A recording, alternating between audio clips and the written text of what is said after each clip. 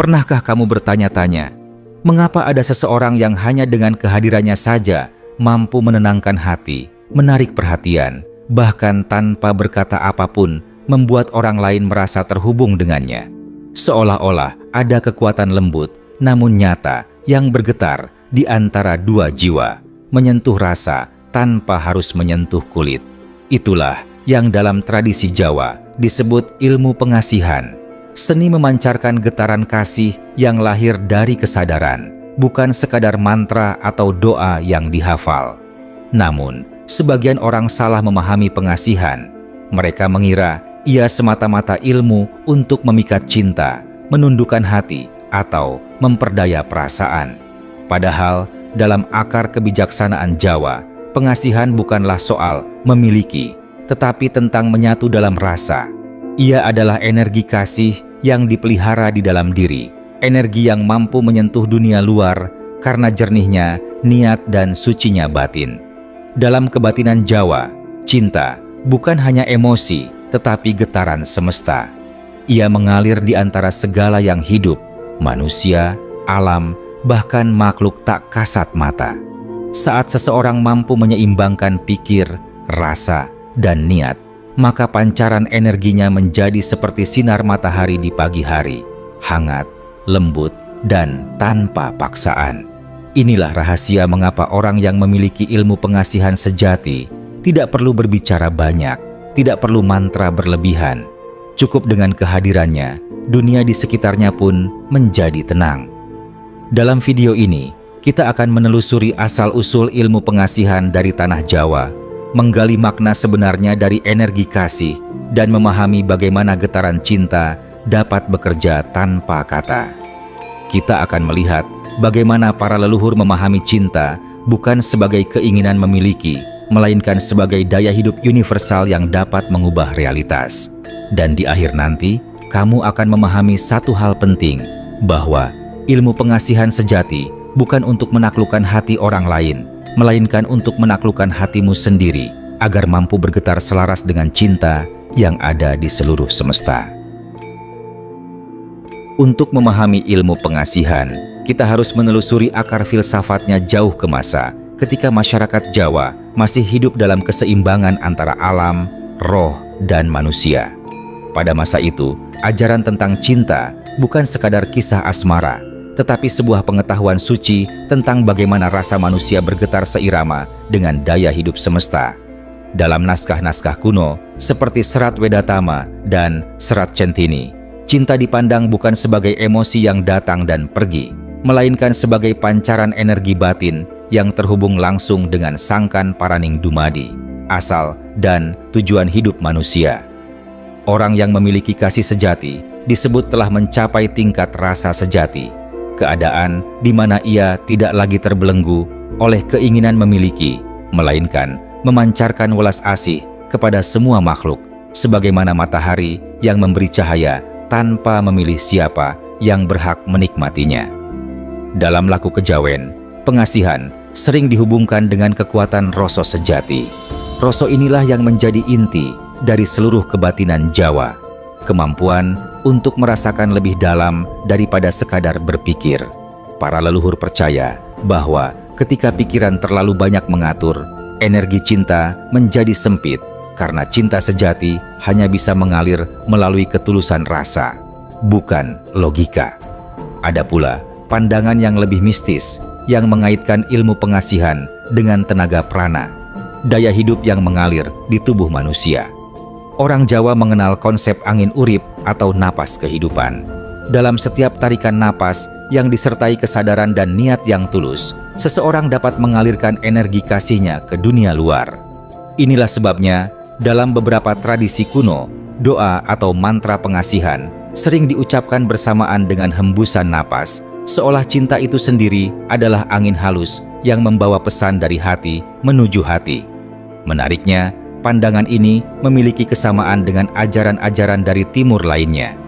Dalam Buddhisme, terdapat konsep metta, cinta kasih universal yang memancar tanpa pamrih.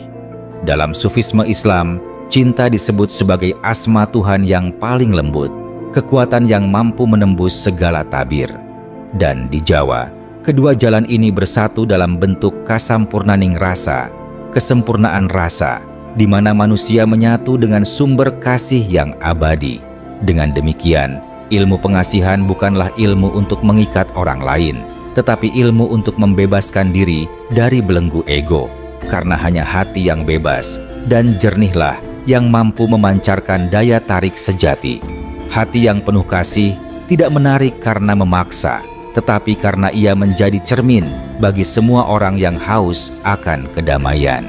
Maka, ketika leluhur berbicara tentang pengasihan, yang mereka maksud bukanlah pesona lahiriah atau tipu daya kata, melainkan kekuatan batin yang bersumber dari cahaya sejati dalam diri. Ia adalah seni untuk menjadi hadir, bukan dalam bentuk tubuh, tetapi dalam bentuk getaran yang lembut dan menyentuh nurani siapapun yang merasakannya. Jika kita hendak memahami bagaimana ilmu pengasihan bekerja, kita harus terlebih dahulu memahami bahasa energi, bahasa halus yang tidak diucapkan, namun dirasakan. Dalam pandangan kebatinan Jawa, segala sesuatu di alam ini hidup dan bergetar. Batu, air, pohon, bahkan pikiran dan niat manusia, semuanya memiliki getaran. Dan dari semua getaran itu, yang paling kuat dan paling murni adalah getaran kasih. Cinta, dalam pengertian sejatinya, bukan sekadar perasaan lembut terhadap seseorang. Ia adalah frekuensi spiritual tertinggi yang mampu menembus batas ruang dan waktu. Ketika seseorang memancarkan kasih yang tulus, energi itu merambat seperti gelombang air di permukaan danau.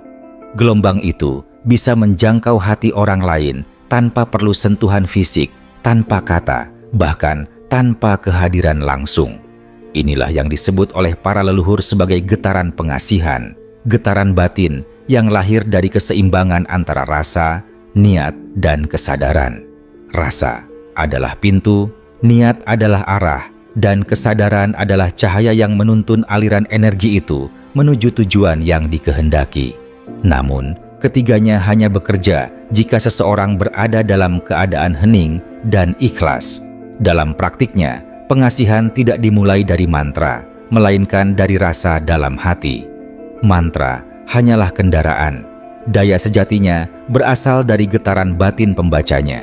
Jika seseorang membaca 1000 mantra tetapi hatinya penuh nafsu, maka yang terpancar bukanlah kasih, melainkan keinginan untuk memiliki. Namun, jika seseorang hanya mengucapkan satu kalimat dengan tulus dan tanpa pamrih, maka seluruh semesta akan ikut bergetar menyambutnya. Bayangkan, seseorang yang benar-benar tulus mencintai, tidak untuk menguasai, tidak untuk meminta balasan, tetapi hanya untuk memberi cahaya dan ketenangan. Orang seperti ini akan memiliki aura yang berbeda. Ketika ia hadir, ruangan terasa damai. Ketika ia berbicara, kata-katanya lembut namun berwibawa. Inilah bukti nyata dari ilmu pengasihan yang hidup, bukan yang diciptakan oleh mantra, melainkan oleh kesucian rasa. Para guru tua Jawa mengajarkan bahwa energi pengasihan muncul ketika rasa sejati menyatu dengan rasa welas asih. Rasa sejati adalah kesadaran yang jernih, sedangkan welas asih adalah pancaran cinta dari kesadaran itu sendiri. Jika keduanya bertemu, maka hati manusia menjadi seperti cermin bening yang memantulkan kasih tanpa distorsi. Cermin ini tidak menarik perhatian karena ingin dikagumi, tetapi karena siapapun yang memandang ke dalamnya akan melihat keindahan dirinya sendiri. Oleh sebab itu, ilmu pengasihan bukan soal bagaimana membuat orang lain mencintai kita, melainkan bagaimana kita bisa menjadi sumber cinta itu sendiri. Karena cinta sejati tidak memaksa, ia mengundang. Tidak mengikat, tetapi merangkul. Dan semakin kita berusaha memberi tanpa pamrih, semakin kuat daya tarik itu bekerja secara alami. Dalam banyak kisah, para leluhur menggambarkan kekuatan ini seperti aroma bunga melati di malam hari, lembut, tak terlihat, namun mampu menarik hati siapapun yang mencium baunya. Demikian pula dengan energi cinta. Ia tidak perlu diumumkan, karena pancarannya sendiri sudah menjadi panggilan yang tidak bisa ditolak oleh jiwa lain yang haus akan ketulusan. Energi pengasihan sejati tidak bekerja melalui pikiran, tetapi melalui rasa yang menyatu dengan kesadaran. Ketika seseorang berusaha memancarkan kasih melalui pikiran dengan niat seperti semoga dia mencintaiku atau semoga dia datang padaku, maka energi itu segera terdistorsi. Sebab pikiran selalu memiliki arah ego, keinginan untuk memiliki, mengendalikan, atau mendapatkan hasil tertentu. Namun, cinta sejati dalam kebijaksanaan Jawa bukan tentang memiliki, melainkan tentang menyatu. Konsep ini dijelaskan dengan indah dalam ajaran Manunggaling Kawula Gusti, penyatuan antara makhluk dan sang sumber. Ketika seseorang mencapai keadaan batin di mana dirinya tidak lagi merasa terpisah dari yang dicintai, maka energi kasih itu menjadi murni.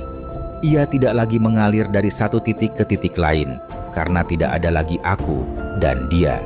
Yang ada hanyalah satu getaran kasih yang menyelimuti keduanya. Para empu kebatinan menyebut keadaan ini sebagai tuwuhing rasa sejati, yaitu ketika rasa kasih tumbuh bukan dari keinginan, melainkan dari kesadaran bahwa semua makhluk adalah satu. Dalam keadaan ini, doa, tatapan, bahkan kehadiran seseorang bisa menjadi berkah bagi orang lain. Energinya tidak lagi bersumber dari keinginan pribadi, melainkan dari aliran kasih semesta yang mengalir melalui dirinya. Itulah mengapa dalam tradisi Jawa, pengasihan sering dikaitkan dengan laku prihatin, puasa, tapa, dan hening. Bukan karena leluhur ingin membuatnya sulit, melainkan karena dalam keheningan, ego manusia mulai larut.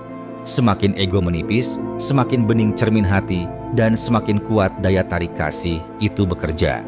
Ada pepatah kuno yang mengatakan, "Sapa sing bisa nyawang nganggo rasa, bakal bisa nggerakake jagat." Artinya, siapa yang mampu melihat dengan rasa akan mampu menggerakkan dunia.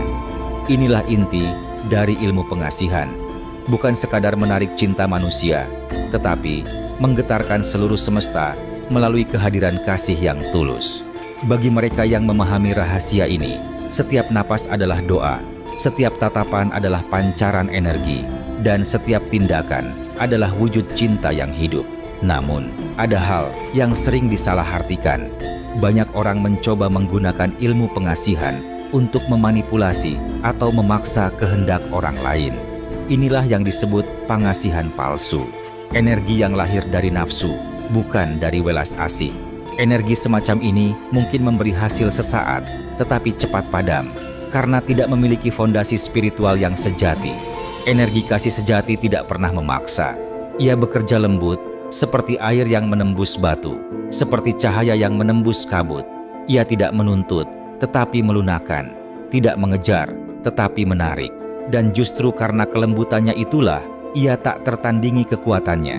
Dalam praktiknya, pengasihan sejati bisa dilakukan dengan cara sederhana, menenangkan diri, mengisi hati dengan rasa syukur, lalu mengirimkan doa kasih tanpa pamrih kepada orang lain. Bukan untuk membuat mereka jatuh cinta, tetapi agar mereka merasakan kedamaian dan kebahagiaan. Sebab itulah hakikat cinta sejati, memberi tanpa menuntut kembali. Jika seseorang melatih ini setiap hari, auranya perlahan akan berubah. Pancaran wajahnya menjadi lebih teduh, suaranya menenangkan, bahkan kehadirannya menimbulkan rasa damai bagi orang-orang di sekitarnya. Inilah tanda bahwa energi kasih telah terbangun dan mulai bekerja secara alami. Dalam kebatinan Jawa, keadaan ini disebut padhang rasa, terang rasa. Ketika rasa menjadi terang, ia tidak hanya memantulkan cinta, tetapi juga kebijaksanaan. Seseorang yang telah mencapai padhang rasa tidak lagi mencari cinta di luar dirinya, karena ia sendiri telah menjadi sumber cinta itu. Dan disitulah daya pengasihan sejati mencapai puncaknya. Ketika seseorang tidak lagi berusaha menarik siapapun, tetapi justru menarik segalanya karena ia telah menjadi pusat harmoni itu sendiri. Ilmu pengasihan, sebagaimana dijelaskan oleh para leluhur Jawa, bukan sekadar warisan mantra atau ritual, tetapi sebuah latihan batin yang menumbuhkan kesadaran kasih sejati. Dalam praktiknya, ilmu ini dapat diterapkan dengan cara-cara yang sederhana, namun mendalam. Bukan untuk menundukkan kehendak orang lain, tetapi untuk menumbuhkan daya tarik alami yang lahir dari keseimbangan energi dan ketulusan hati. Langkah pertama adalah menyucikan niat. Sebelum melakukan laku apapun, tanyakan pada diri sendiri, apakah aku ingin dicintai atau aku ingin menjadi sumber cinta? Pertanyaan sederhana ini menentukan arah energi yang akan kita pancarkan. Niat yang berlandaskan keinginan memiliki akan menghasilkan getaran berat yang mudah pudar. Namun, niat untuk memberi dan menyebarkan kasih akan menghasilkan getaran halus yang justru menarik segalanya dengan alami. Langkah kedua adalah melatih ketenangan batin melalui hening dan napas sadar. Setiap malam sebelum tidur, duduklah dengan tenang. Rasakan napas keluar dan masuk dari hidung. Biarkan pikiran meluruh sedikit demi sedikit, hingga yang tersisa hanyalah rasa damai yang mengalir di dada.